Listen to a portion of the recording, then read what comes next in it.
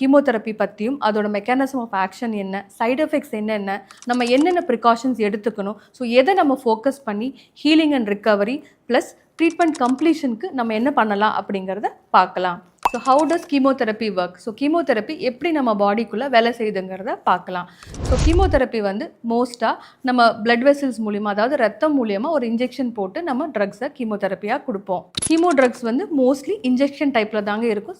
சில இடத்துல வந்து நம்ம டேப்லெட்ஸும் கொடுப்போம். அட்வான்ஸ் மெடிசின்ஸ் பார்த்தீங்கன்னா டார்கெட்டட் தெரப்பி, இதில் வந்து நிறையா டேப்லெட் ஃபார்ம்ஸும் இருக்குது. ஸோ கீமோதெரப்பி எதை டார்கெட் பண்ணோன்னா நம்ம டியூமர் செல்ஸ். இந்த டியூமர் செல்ஸ் வந்து ரொம்ப ஆக்டிவாக மல்டிப்ளை ஆகிட்டே இருக்கக்கூடிய செல்கள். இதில் இருக்கக்கூடிய அந்த டிஎன்ஏவை இது போய் தாக்கிறதுனால அது மல்டிப்ளை ஆகிற கெப்பாசிட்டியை இழந்துருது. இதனால அந்த செல்ஸ் டிஸ்ட்ராய் ஆகிடுது. இப்படி தான் செல் கில்லிங் நடக்குது கீமோதெரப்பினால். இப்படி கொடுக்குறப்போ நம்ம பாடியில் இருக்கிற நார்மலான செல்ஸும் டிவைட் ஆகிட்டே இருக்குது. எஸ்பெஷலி பார்த்திங்கன்னா நம்மளோட ஹேர் செல்ஸ், இதுதான் நம்மளுக்கு டெய்லி வெளியில் தெரிகிற மாதிரி வளரக்கூடிய ஒரு செல். சில கீமோ ட்ரக்ஸ் ஹேர் ஃபாலிகல்ஸில் போய் அஃபெக்ட் பண்ணுறதுனால நம்மளுக்கு ஹேர் லாஸ் ஆகுது. அதே மாதிரி முக்கியமானது நம்ம உடம்புல இருக்கக்கூடிய பிளட் செல்ஸ். ஸோ வெள்ளை அணுக்கள் அஃபெக்ட் ஆகிறதுனால நம்மளுக்கு இன்ஃபெக்ஷன் பாசிபிலிட்டிஸ் வரலாம்.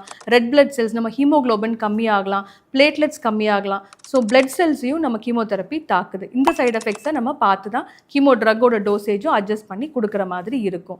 அடுத்தது நம்ம குடலில் இருக்கக்கூடிய லைனிங் செல்ஸ், இது அஃபெக்ட் ஆகிறதுனால நம்மளுக்கு வாமிட்டிங், டயரியா, பசி இல்லாமல் போகிறது, கொஞ்சம் சாப்பிட்டாலே வயிறு நிறைக்கிற மாதிரி ஆகிறது, இந்த மாதிரி சிம்டம்ஸ் நம்மளுக்கு வரலாம்.